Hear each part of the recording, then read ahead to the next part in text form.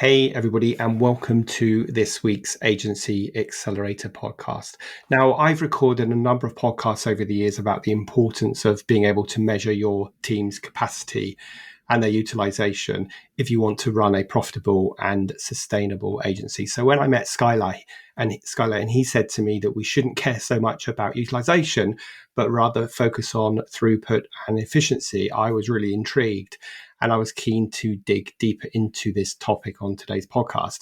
And if you're as intrigued as I am, then stick with us because we'll dive into all things efficiency and profitability. I'm Rob DaCosta, and this is the Agency Accelerator podcast.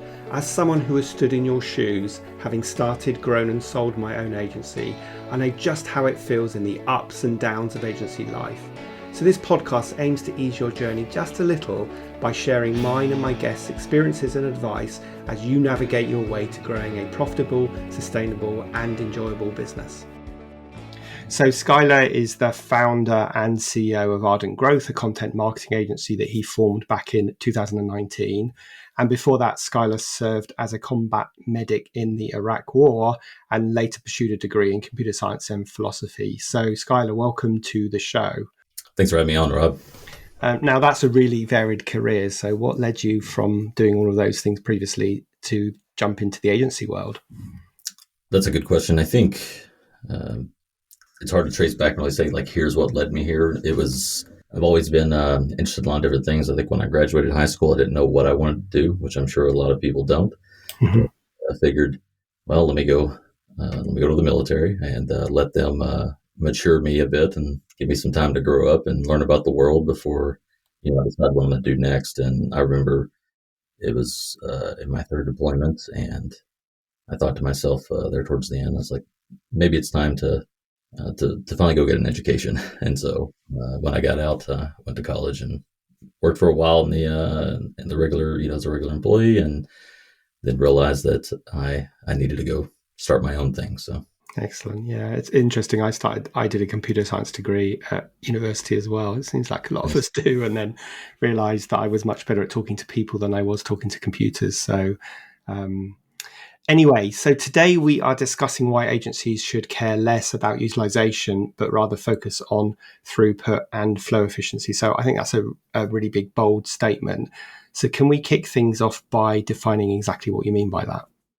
Yeah, so utilization, and I'll preface this by saying I'm not saying that you should completely throw utilization out the window. I think that there's just far too much emphasis put on it, especially whenever people chase it, trying to have some sort of perfect level of utilization, even though they try to get granular with it and things like that. So I tried doing that for several years, and all that really left us with was a burnt out team. And me as a burnt out person, I wasn't on, over time, my own performance was beginning to diminish, and I thought maybe there's something different here that I should look into. So started studying, other approaches to work, and landed on the methodologies that Toyota's kind of known for around lean management, things like that, and discovered metrics like flow efficiency, WIP limits, throughput, all these sorts of things, and we began to put it in place. So what they are is,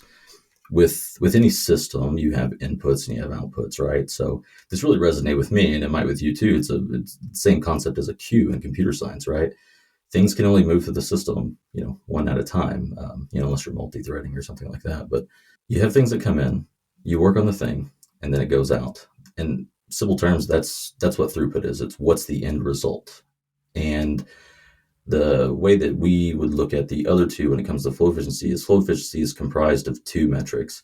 It's it's your cycle time, and that's the denominator, and you divide that by your active time. So active time is the time that you actually spend working on the item, whether it's you, your team, etc. This doesn't include the weekends or whenever you context switch and start working on something else. It's the only time that you're actually working on it, or you're not waiting on a client to get something back to you.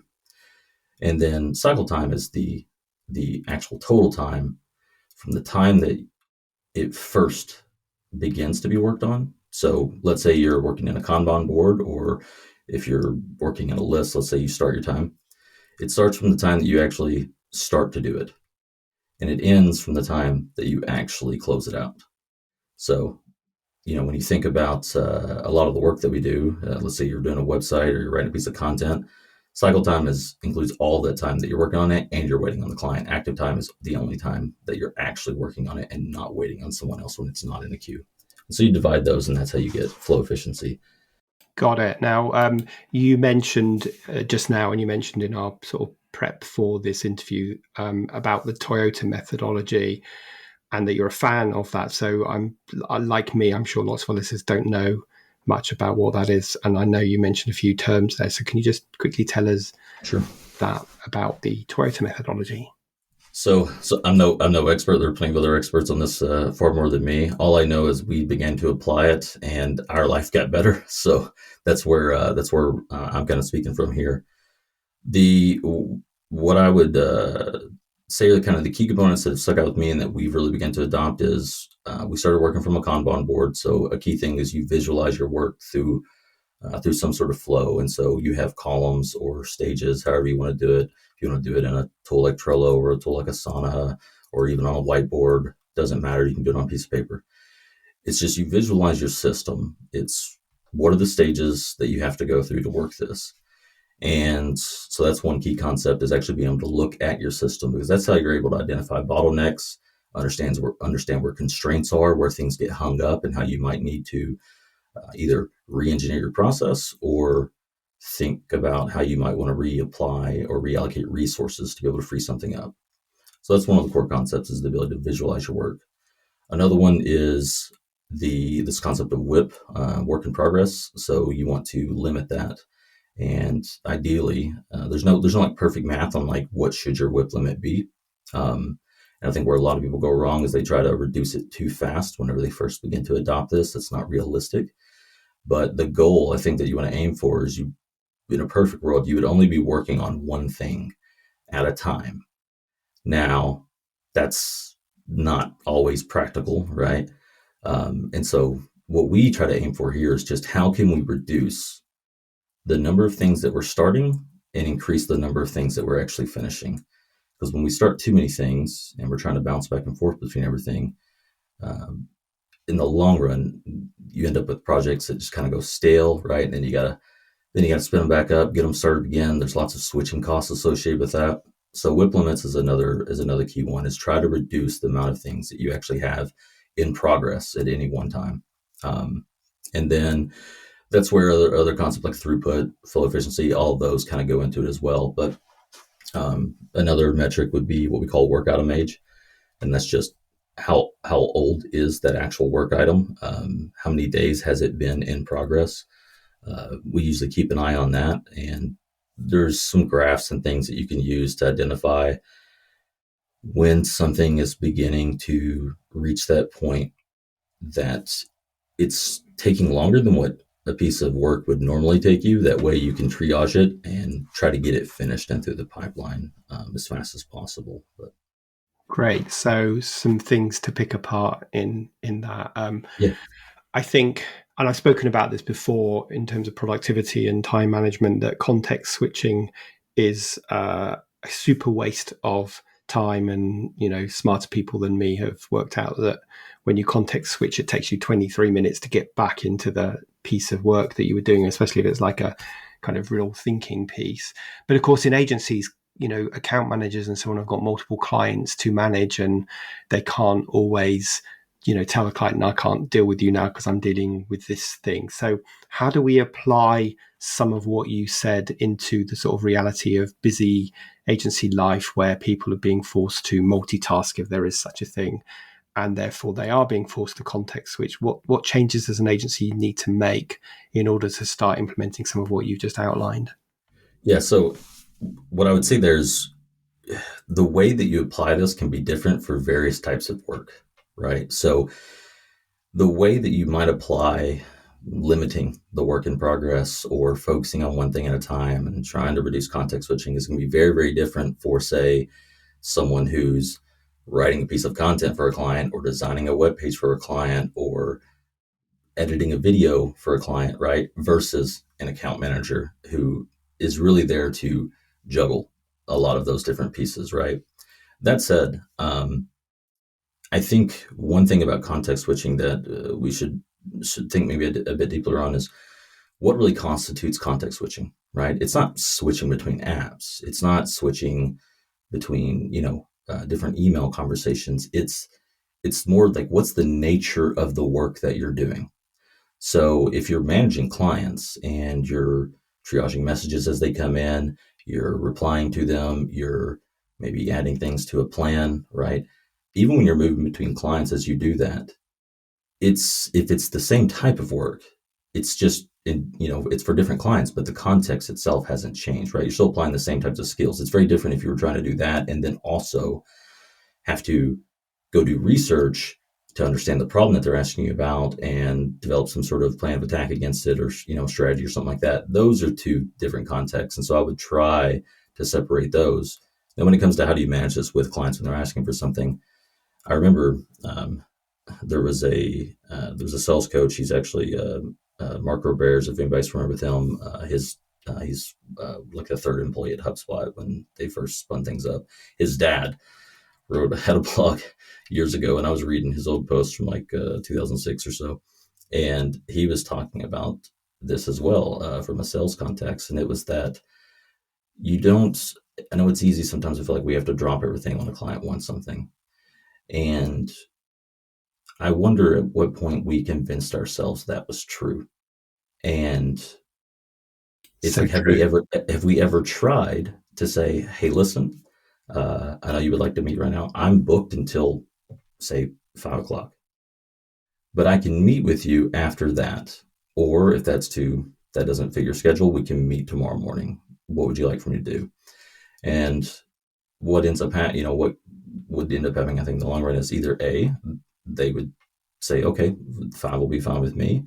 And they're appreciative that you maybe worked a little bit later to work with them, right? They'll remember that. Or they'll say, we can do tomorrow morning, but they'll still remember that you offered to meet that afternoon, right? So I think it's about giving your customers choices and letting them know that you're willing to be flexible, but they're people just like us. They're balancing things too, right? They understand. We convince ourselves, I think, sometimes in our mind that we can't tell people no, or we can't be firm with our own time. Because also remember, whenever you say yes to one client, you're saying no to another one too. Exactly.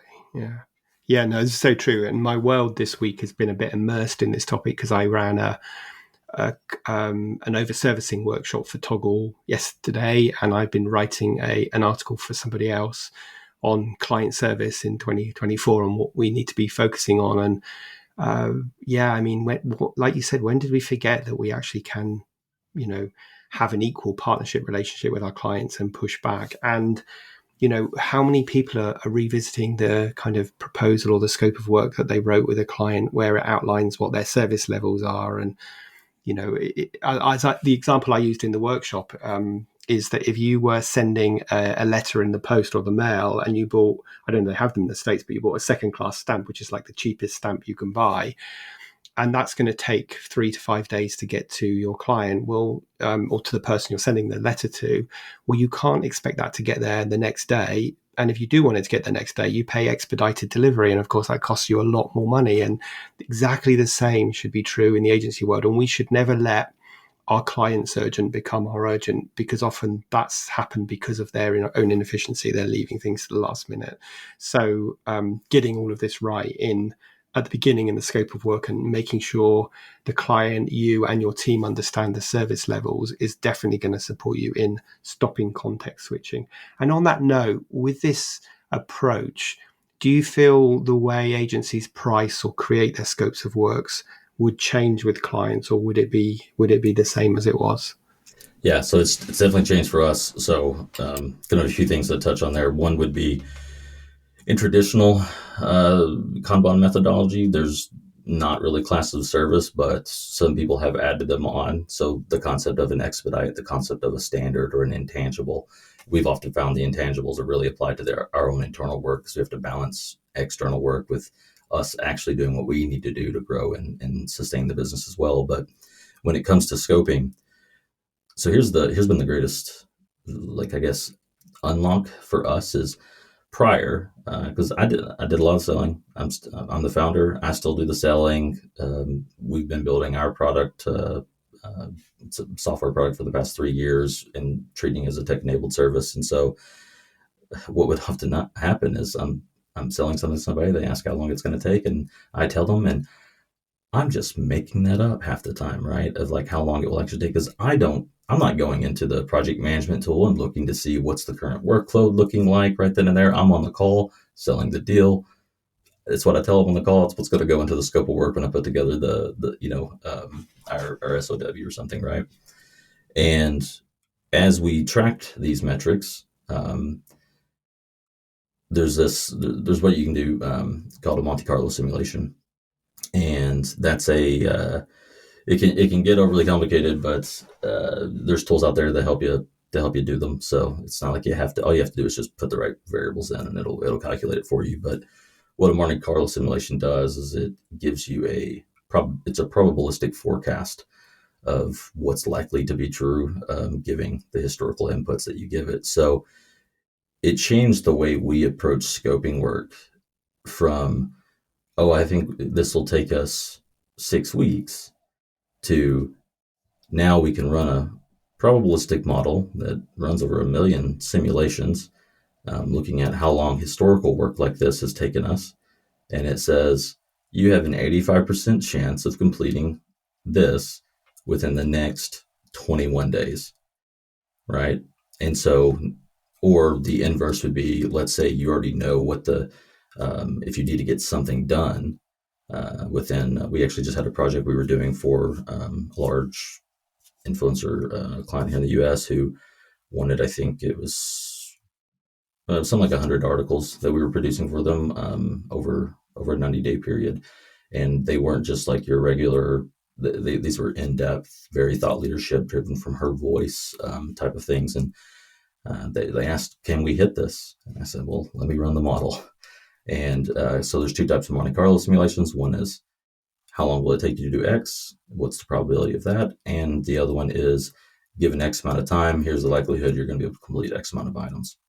And so they completely changed the way that we scope work. And I've actually found that clients like it more because we're not giving them these hard dates. We're telling them, and frankly, to some extent, being able to kind of show them this and say, hey, we ran this Monte Carlo simulation. They don't really know what that means, but it sounds fancy, right? And we're like, yep, it's a probabilistic model. It shows us here we get an 85% chance of having this done by X date. Is that reasonable to you? Does that fit what your needs? And they're fine with it, and they actually love it. And because it's, to them, it feels more real than just giving them a hard line. And we hit it 85% of the time. Go figure, right? So it's that's helped us a lot when it comes to knowing what resources are we going to need in advance. Are we going to need more resources to apply to this? When can we take on additional work? Or if we need to take on additional work, do we need to hire more people, right? And if we can't take on additional work, how do we need to think about pricing this if they want it done sooner? That way we can think about, okay, if we're going to have to work extra for this, if we're going to put in overtime or something like that, how does that affect price? And we tell that to the customer, and they can then decide, is that reasonable or not, and make that decision. So they go into it knowing, and it's definitely helped us. Yeah, it's so interesting. I'll have to learn more about the Monte Carlo simulation. How does this impact? Well, actually, one of the questions I want to ask you is: are you still time recording in your agency? And if people are implementing this approach, do they need to still be recording time, or is it now just based on that timeline and that outcome? So I think it depends on how you operate your business. If you bill based on hours, then you still need to track time. We don't bill based on hours. We bill based on effectively the output, the deliverable. Yeah, kind of. And so we don't. I track my time, and some other people do, but I do it as a way to understand what's like, how long am I spending on something? Like what's like the cost for me? I really just do it to see like, where's my time being spent. Yeah. But for the most part, instead of tracking, say like at the granular hour level, we're looking at it. What we're looking at is, when did the item start and when did the item go into a queue? And so when we're moving stuff around the column in the back end of our tools, like you can do this with Asana, right? Trello, ClickUp, whatever. When you move them, it'll kind of date stamp it as it moves between the columns or the sections or whatever you're working with. And we use that to calculate, okay, well, how long was this? And that gives a sense. It's not, it is somewhat dependent upon people moving it to the actual column whenever they're done with it, but so is depending on somebody to hit a start button on a time tracker. Yeah, I So can't help but feel like you're more likely to get people to do that than mhm. record their time. Um, just for the record, I am a massive fan of not selling time to clients because clients are never, ever, ever buying your time. They're buying an outcome, as you said, Skylar. So I'm a big fan of that. However, up until now, I've always said to people, you need to track time internally to check on efficiency and profitability. But actually, Right. if you're focusing on these throughputs, then and you'll get saying, okay, there's an 85% chance that we're going to get this done by this day, and these are the various components. And if everyone's doing that, then I guess you're going to be profitable and you're going to be kind of hitting your targets, and people are being efficient with their time because they're hitting this 85% timeline.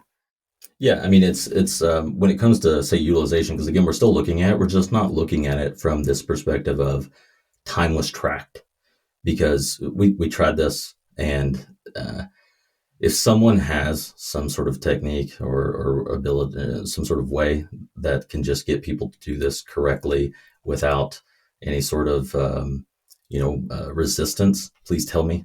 Me. Um, and not only that, if you can figure out how to tell me how to do it properly for myself so that I can actually lead from the front here, please tell me that too, because Yeah. it's very easy for me to tell everyone else to do it. And then I get to working on, because I still develop a lot of products. So I get deep in the weeds writing code. And next thing I know, like I have no idea how long I've spent on this, and so I don't really set like the best example there. But when we said, okay, well, the time tracking is never really 100% accurate. So let me stop worrying about that so much. And instead, let me just look at, rather than hours, I'm looking at it in terms of days. It's how many days did it take for me to complete this? Was this a 1 day project or a half day project? Or was this a 2, 3 day project?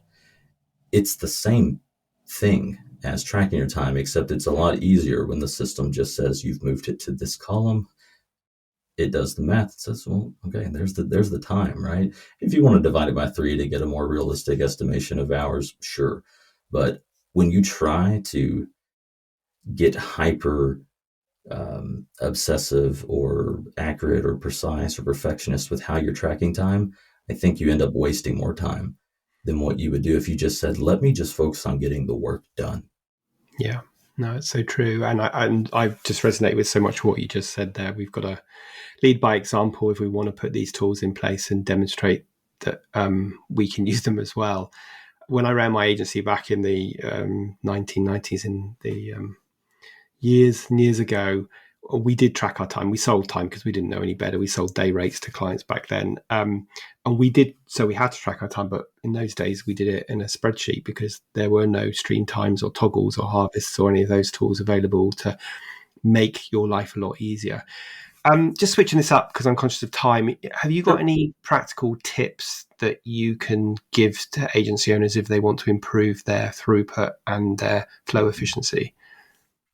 So the simplest one, I guess, because again, we've been learning this as we go. Well, the one big lesson that I learned very early on was don't try to reduce your whip too fast. So like, don't try to just overhaul your whole system. Instead, just focus on take what you've got in progress right now and just tell yourself, I'm going to be a bit more mindful about what we're starting and let's just focus on finishing what we've got in progress. And so one thing we did early on is we said, let's see how much work we have in progress currently. Let's track that. Not try to reduce it. Let's just see where we're at. And so all you got to do there is just say, okay, well, how many items are you working on right now? And just calculate them up, put them in a spreadsheet, whatever you want to do with them. And then we would look to say, okay, let me finish what I've got. And at what rate am I finishing things? So we would just say, okay, did I finish one thing today, two things a day, three things a day? And when we're talking about things, what we're talking about here, and this is important, is that a work item Some people might think of this as a task or a deliverable. It's something that provides tangible value to the customer. So this was a big shift for us. Was instead of thinking about how do we, it's not saying you can't get granular or break things down. It's just they're all just subcomponents, but the actual thing that you're working on, you're completing, is the thing that provides tangible value to the customer. So there's a big shift towards, instead of focusing internally on utilization, which is a very internal focus metric, we focused on throughput, which was getting things done faster for a customer in isolation, a single customer, not all customers. Because when we try to do everything well for everyone, we end up doing nothing well for anyone, right? And so we would rather say, let me finish this one thing for this one customer that delivers value to them as soon as we possibly can, that makes them happy, that has impacts on their satisfaction, if you're doing any sort of NPS, CSAT scores, etc. And then we'd work on the next thing. And it's very, very difficult. You're gonna feel like, I can't not work on these 8 things at once. How can I just focus on this one thing? But we tracked it, and I said, let's just see what happens if we do this, if we just focus on one thing. And when we looked at the math, we found out that we were actually getting more things done by working on fewer things at a time. And once we had realized that, try doing it with an internal project or something that may help if it feels like it lowers the stakes a bit. Once you see the numbers, then it's a lot easier to give yourself permission to say, wow, the math actually works here. And there's actually like an entire mathematical law that backs this up. Little's law is the law, if you ever want to look it up. But so that was a big thing. And then beyond that, it was focusing on, again, identifying how long does it take for us to do a thing, and then trying to balance the number of things we're allowing to come in to work on at the same rate that they're leaving. But simple way up is don't try to do it all at once. Just look to see how much you got going on at once, and just try to say, I'm just going to do this one thing this day, and just take it like that. Great. What I like about this approach is that it aligns how you operate internally much more with what's important to the client. And too many agencies, I talk about 4 things we deliver: inputs, outputs, outcomes, and impact. And inputs are the time and materials to do something. Outputs are the output of like creating a wireframe or an initial graphic or something. The outcome is what the client cares about. And then the impact is the longer term results of that outcome. So this starts to align what you do internally a bit more with those outputs and outcomes, and a bit less with the inputs. And too many times I see people kind of reporting on tasks that they've done.